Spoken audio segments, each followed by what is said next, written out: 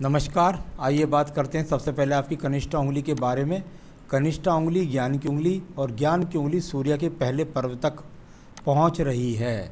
जब इस प्रकार की उंगली यहाँ सूर्य के पहले पर्व तक पहुंच जाए, कट तक पहुंच जाए, तो ये अच्छी मेधावी बुद्धि के लिए जानी जाती है।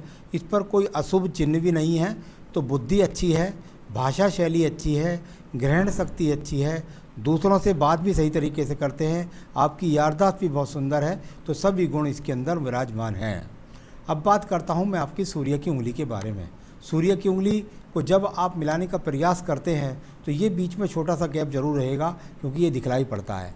जब इस प्रकार का गैप होता है तो आपके एक सवाल का जवाब यहाँ लगभग लगभग पूरा हो जाता है।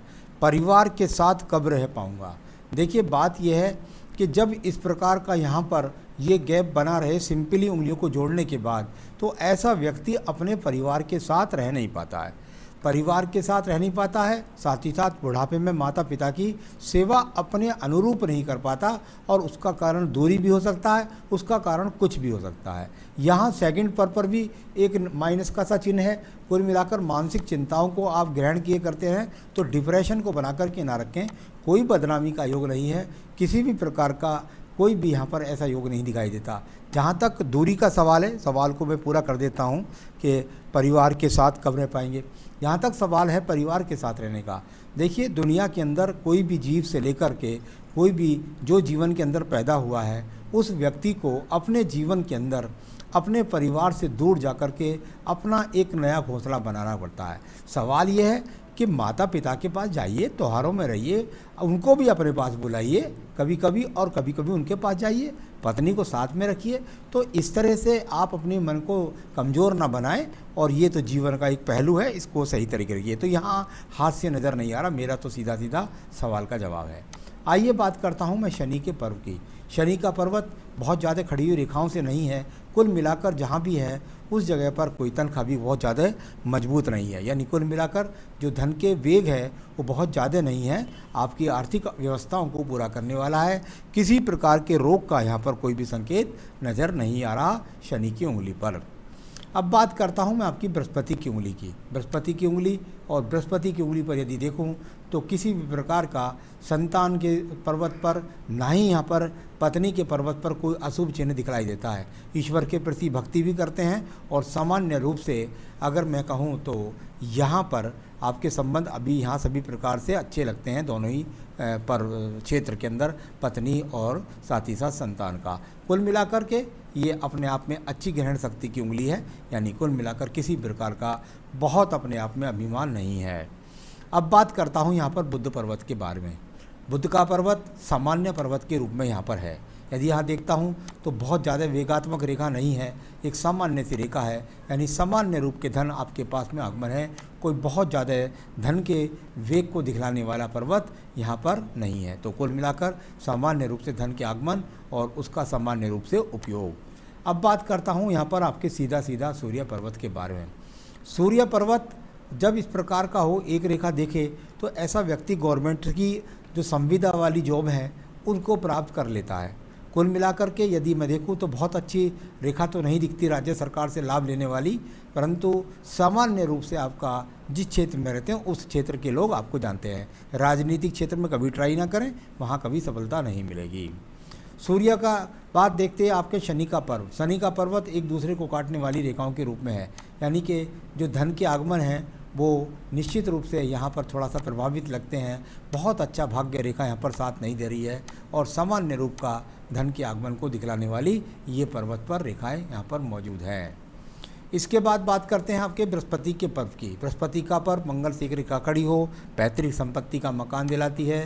साथ ही साथ वो नहीं हो तो अपना मकान स्वयं व्यक्ति बना पाता है।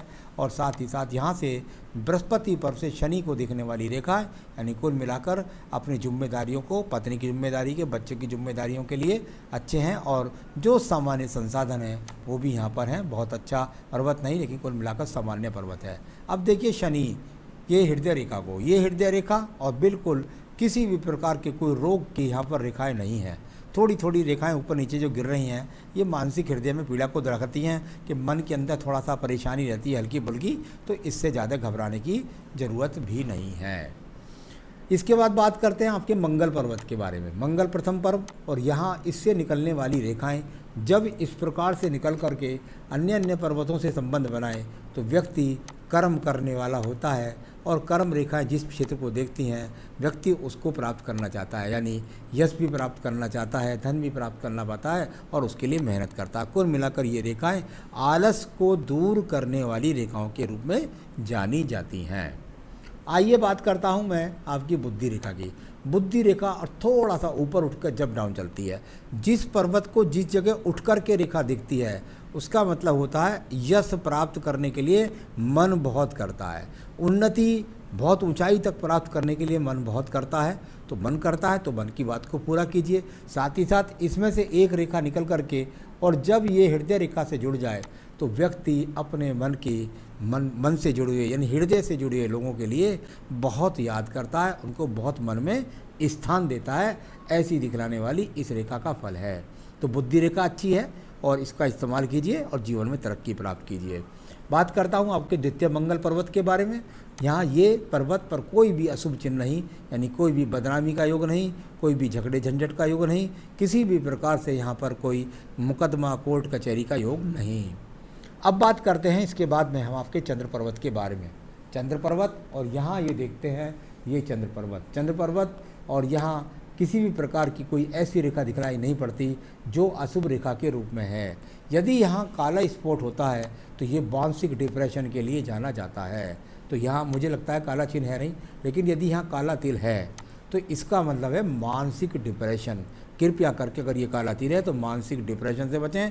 बहुत ज़्यादा छोटी सी बात को ऐसा व्यक्ति बहुत बहुत बहुत गहराई तक सोच जाता है और फिर उससे वो मानसिक रूप में डिप्रेशन में आ जाता है। तो इससे आपको बचना है।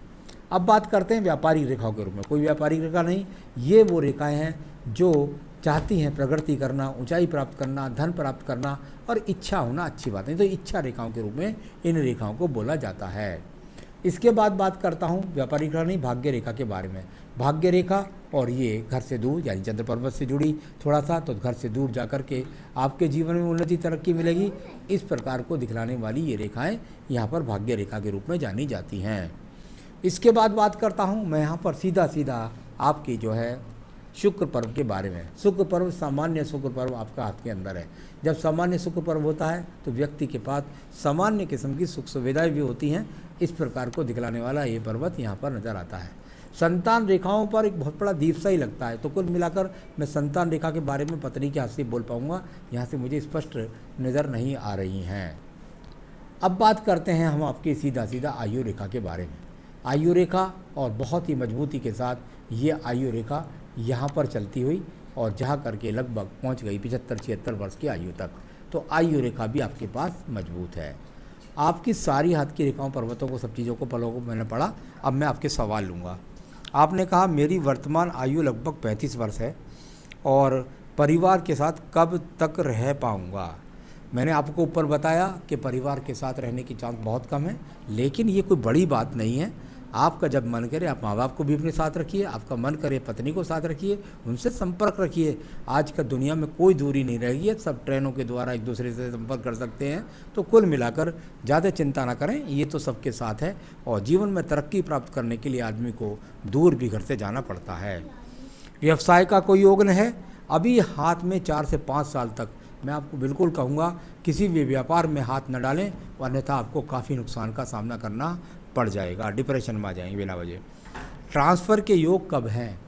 जहाँ तक आपके ट्रांसफ़र की बात करता हूँ तो यहाँ 35 वर्ष है आपकी आयु, और 35 वर्ष पर यदि मैं देखता हूँ तो यहाँ आपका जीवन का बनेगा कि कम है, इनका बन जाएगा नीचे ही जा कर के। यहाँ ऊपर का गैप बहुत कम है ना, ये यहाँ पर मुझे लगता है अभी साल भर से कहीं भी कोई आपका ट्रांसफ़र का योग दिखाई मुझे नहीं पड़ता। तो प्रयास करिए, हो सकता है साल भर के अंदर आपका साल भर के बाद हो जाए।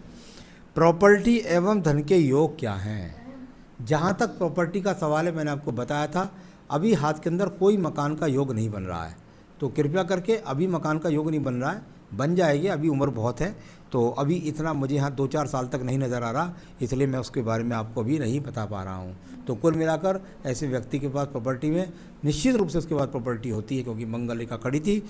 क्या परिवार की प्रॉपर्टी हो या फिर कुल मिलाकर अपना मकान बना पाए। तो ऐसे योग आपके हाथ के अंदर मौजूद है। तो अभी कहीं प्रॉपर्टी के योग नहीं, धन की जहाँ तक स्थिति है, बहुत ज़्यादा धन की स्थिति मजबूत की रेखा अभी हाथ के अंदर नहीं है।